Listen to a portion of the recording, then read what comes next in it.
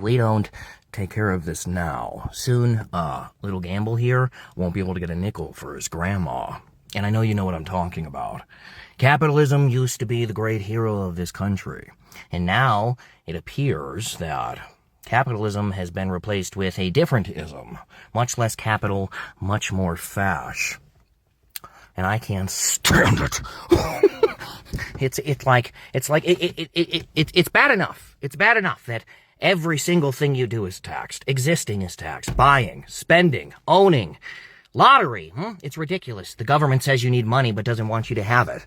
And then every single grocery store, that is just a corporate carrot on a stick designed to make you spend more, as if the shit that we needed wasn't expensive enough. And the price of gas to get there and back wasn't expensive enough. And you know what? If it was all, if that was all, it would be enough. But you know what? It's not. It's the aliens. It's the aliens, and it's the fucking pedo island, and it's the tunnels under the cities, and the Diddy parties, and the scientists that are going missing, and nobody's doing enough, and it's the why has nobody been indicted?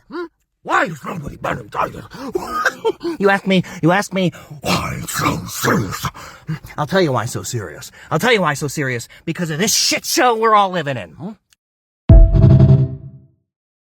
Call hello Yahweh, Bahashim, Yahushai, Bahashim Rakakwadash, double honors to the apostles of Great Millstone who teach and rule well. Salutations to you brothers in the highways and byways. Salutations also goes out to you brothers and you few sisters that tune in to listen and learn. The rest of the hopeful elect, to you all I say shalom. I'm the brother Malak from the Diligent Soldier Camp here in Boston, Mass.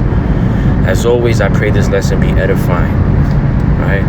The name of this one is going to be Why So Serious? Alright, it's going to be an in transit dubbed Why So Serious? Okay, and as you can see from the video, you got this guy, well, I don't even know his name, and that's not what's his name, Keith Hedger. I'm really bad with names. It's not the original guy that did it, the original actor that passed, but this guy did a really good job, imitating him, man, or the character that he played, and this is the sentiment of the people right now, man.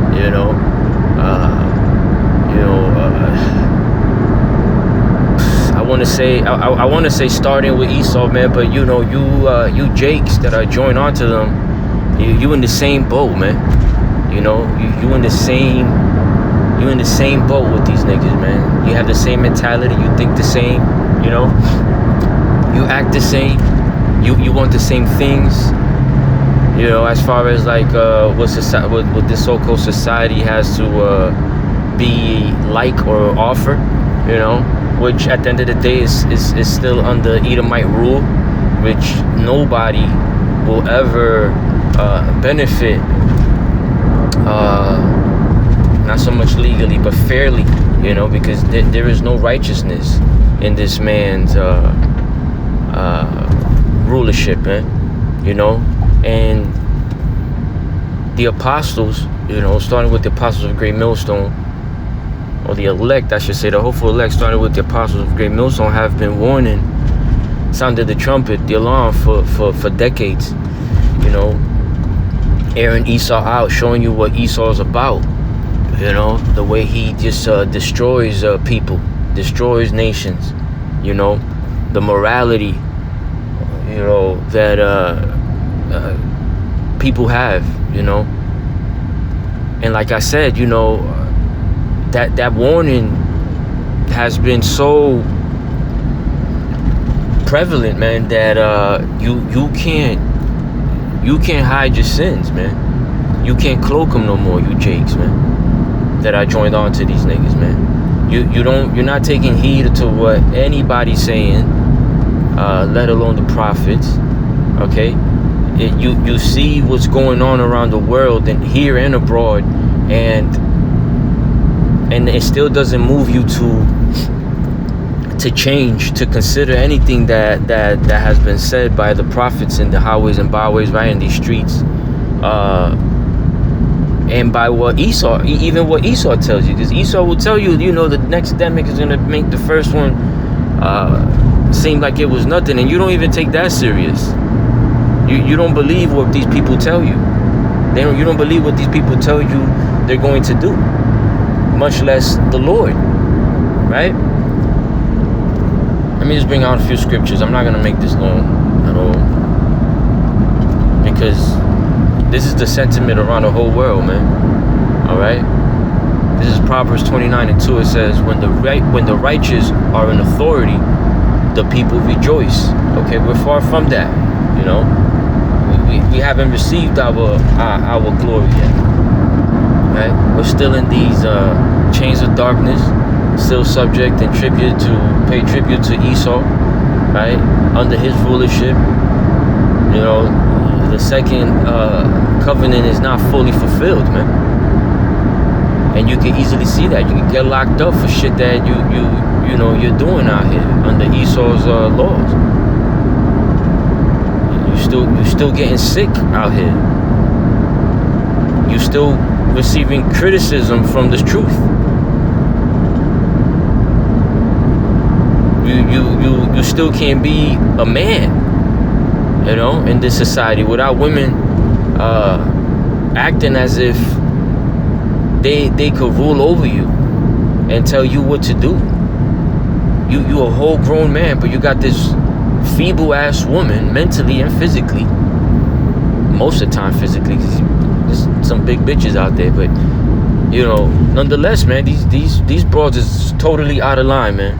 And it's all pushed. That's all been validated by their daddy Esau, who's the devil the Bible speaks of. All right.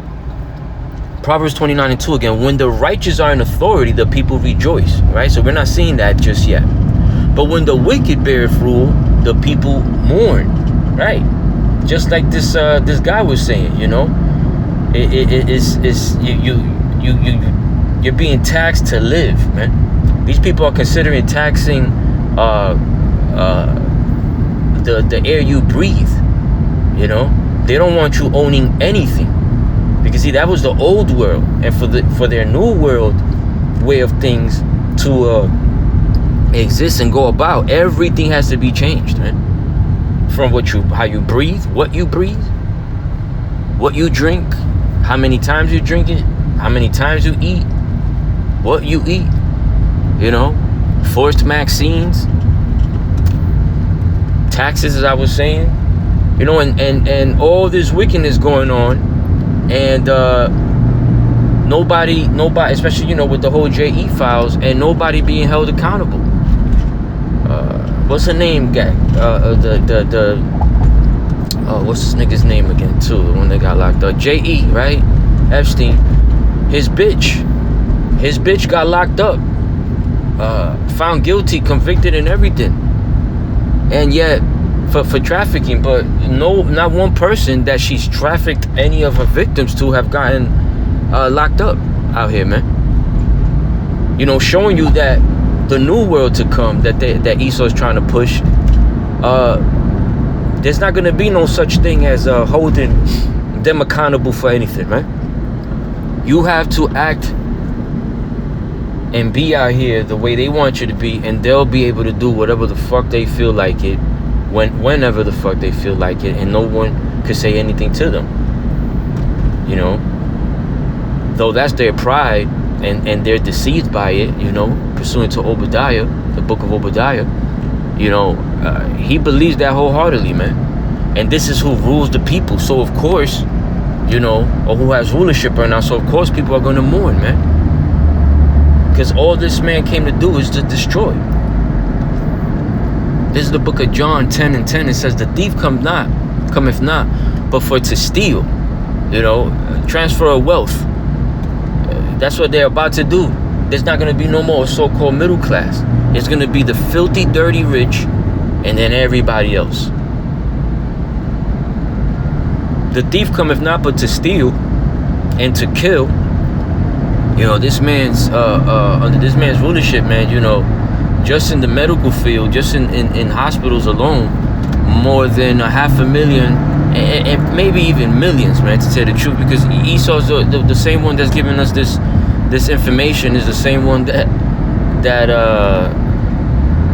the same one that's doing the killing and the deleting is the same one that gives us these so-called facts, these so-called stats, right? And so more than 500,000 people die from malpractice. You know, it's been proven over and over again that vaccines really are not effective at all. It's been proven that the CV19 jump shots, vaccines, whatever the fuck you want to call it, right? The devil's poison, none of that really changed anything for the better. As a matter of fact, there's hundreds of thousands of people, there's hundreds of thousands of people dying from from many different side effects. But for each side effect, there's hundreds of thousands of people being affected by it. For each individual side effect, man. All right, destroying the people. The thief cometh not but to steal and kill and to destroy. Right? It says here, I am come. This is Yahushua saying, I am come that they might have life, and that they might have it more abundantly. Now, obviously, he's speaking to Israel, to Israelites. But how much more are the rest of the people going to actually benefit when, you know, when the Lord sets us up in authority and he has rulership, you know, over the world, and the world knows that he has the rulership, that he's the king of kings, as the scriptures say, right? I mean, I would imagine, you know, life expectancy in these other nations is going to shoot up, because under this man's rulership, everybody's dying in an average of fucking 60 and 80 years old. You know, 60 to 80 years old. Not to mention all the fucked up foods that are consumed around the world, man, and the unclean animals, that are also consumed around the planet, man. All because these heathens bear rule, man. Starting with Esau. There's a book of Jeremiah 51:7. It says, Babylon has been a golden cup in Yahweh Bahashim, Yahushai's hands. All right. At one point, Babylon was the shit. All right. At one point, it kind of was the land of milk and honey, so to say, or the place where dreams come true, man. Right. The American dream. Even though it was set up for them first and foremost, you know, a few jakes slipped in. You know, I would say a lot slipped in, you know, because you had towns like Black Wall Street, you know, over like 200 towns like that, while this man was in rulership, but allowing jakes to do their thing in their own respective town. But, you know, the Lord put the spirit on that man to remind us that we're not at rest, man. This is not our rest. So, you know, he went in there and he did what he does best, which is to be the devil, man. Now all those towns are lakes. All that history is buried under, you know, dozens of feet of water, man. Again, Jeremiah 51:7. Babylon has been a golden cup in the Lord's hand, that made all the earth drunken. The nations have drunken of her wine, therefore the nations are mad. Yeah, you other nations, you're the heathens, you pieces of shits, also took it upon yourself, because, you know, you confederate with this man, you confederate with him, and you have to be totally against us. You know what I'm saying? So you had to partake in his influence and his philosophies, man. You drunk off of all of that, and now you're all pissed off because none of it really was for you. None of it really was to help you out at the end. You know, everything was to benefit Esau and Esau alone, man. Salakin just parking over here. All right. So Babylon was a golden cups in the Lord's hand. It was. All right. It was. Now it's you know, rusty. It was missing jewels. You know what I mean? It's not the same chalice. Chalice is what they call it, the big cups. It's not the same no more. It's all worn out. It's all messed up. If you drink from it, you get affected, man. Infected. And so now, these nations are upset with Babylon. Rightfully so. But that was the Lord's will, for it to all play out the way it did. And now you got the third woe brewing up. It's already bubbling, man. It's not at its highest, but it's getting there, man. The temperature's definitely rising, man. Definitely. I'll leave you with these last few scriptures right here in the book of 2nd Ezra 15, starting at 15. 2nd Ezra, yeah, 2nd Ezra 15, starting at 14. It says, "Woe to the world and them that dwell therein, for the sword and their destruction draweth nigh." Right, and this has always been planned. So this clown dude over here, right, the guy that's playing this clown, Keith Ledger, I think he's playing the character that Keith Ledger played, the Joker. He's upset right now. He's saying all that right now, but this is the results of what Esau has been pushing, and still planning for centuries, man. If not millenniums, man. This man's been trying to, build up the Babel, the Tower of Babel from when the Lord destroyed it, and made all those people speak different languages. And here it is, centuries later, eons later, and this is exactly what they're still doing. And can't nobody say otherwise, man, because it has a lot of similarities. You got a lot of different languages, right? A lot of different tongues coming together under this man, and all for the sole purpose to keep us out of our rulership. Because as long as we're not in rulership, or the Lord sets us up, these heathens are bound to do whatever the fuck they want to do on this earth, which is total wickedness, man. All right, but the scripture's telling you here, woe, sorrow and destruction to the world and them that dwell in it, man, because the whole world right now is mourning, man. The whole world is unrested right now. It's not at rest. Scriptures tell you that it's going to be at rest when the Lord sets us up, man. When the Lord takes it over. It says, verse 15. Verse 15, it says, "For the sword and their destruction draweth nigh, and one people shall stand up and fight against another, and swords in their hand." Right? This is right here, civil war, man. What it's speaking about. A total division, a mortal division, a fatal division among Esau, man. They're so divided among themselves that this is what it's come down to, man. Civil war. And whoever is left, they're gonna be the spoils of the Lord, because this man is only gonna be able to smell his device, his new world, way of things. So if I say the rest of the phrase, Esau slap that stupid ass description in the bottom, and Jake is simple, so I don't want them reading that and then forgetting everything I have just said. The Lord moved me to say. It says,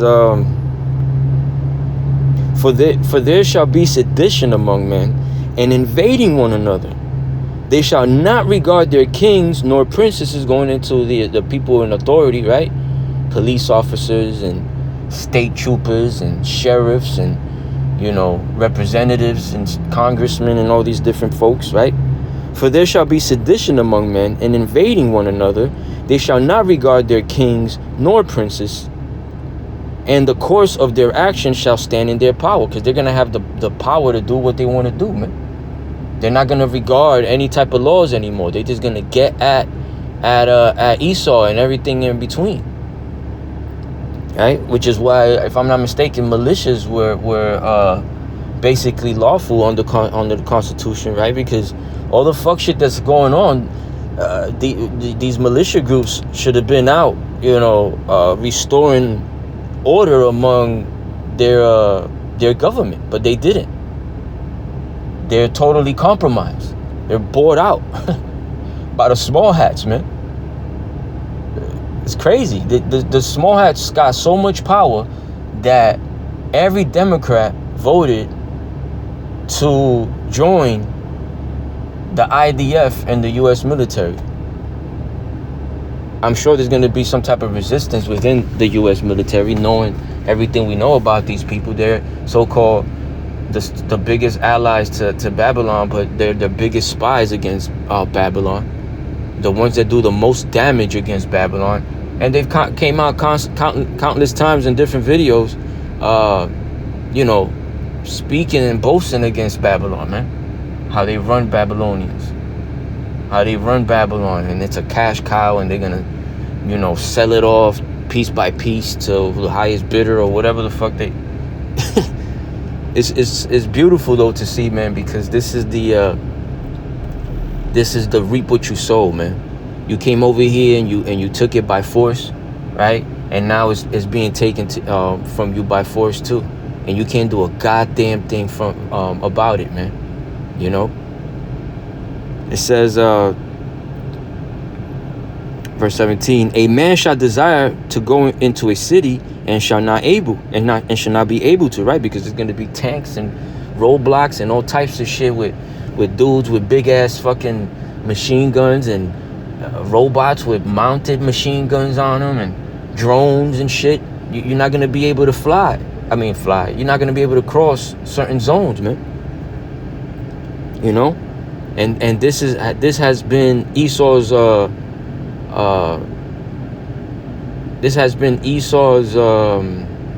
plan all along, man. All right, starting with the Amalekites, man, them small hatters. For because of their pride, the cities shall be troubled, the houses shall be destroyed, and men shall be afraid. All right, ain't no more of that home of the brave shit. Y'all gonna be crying like the bitches that y'all always been. And I'm talking about Esau, man. Right now y'all got, your weapons and whatnot, and breathing space. You can still make some moves and knock out a few jakes here and there, lynch them in front of next to police stations, follow them out your store and gun them down blocks away and still be found not guilty, right? You can still do that right now, but all that's coming to an end really soon. Okay. When this comes around, when 2nd Esdras 15 comes around, you're not gonna have that no more, man. People are gonna become judge and jury around that time, man. And even though it's gonna be Jacob's trouble, Esau, you're gonna be in a lot of trouble too. Elam, you Moabites, all right. You Eves, whether you northern and southern, or you wicked bitches, y'all all gonna get it too. You wicked niggas too out here. Jakes, man. Starting with the ones that know that they're Israelites, and on to all the other ones that just been wagging their hand to the men of the Lord, while the Lord was talking to them through us, or giving them warning through us, man. Last verse says, a man shall have no pity upon his neighbor, but shall destroy their houses with the sword, and spoil the goods because of the lack of bread and for great tribulation. It's going to get so fucked up out here that people are going to be, fighting and warring and pillaging each other, invading each other's spaces, right? Not regarding no children, no women, right? Or they're going to be doing all of that on an empty stomach. So how much more anger is going to be, running through the veins of these people, man? That's actually the only thing that's going to sustain them, is that adrenaline, man. for coming down on Jake and anybody else that's not with them, man. Which is why they're building up these large detention centers, because you Edomites are gonna be in there too. All you Edomites that are going against what the other Edomites are planning out, y'all gonna all suffer the same consequences, worse in many cases. All right, but Jake is still gonna learn death by pain, man. So I pray this lesson was edifying. In closing, I want to give all honors and Salakia.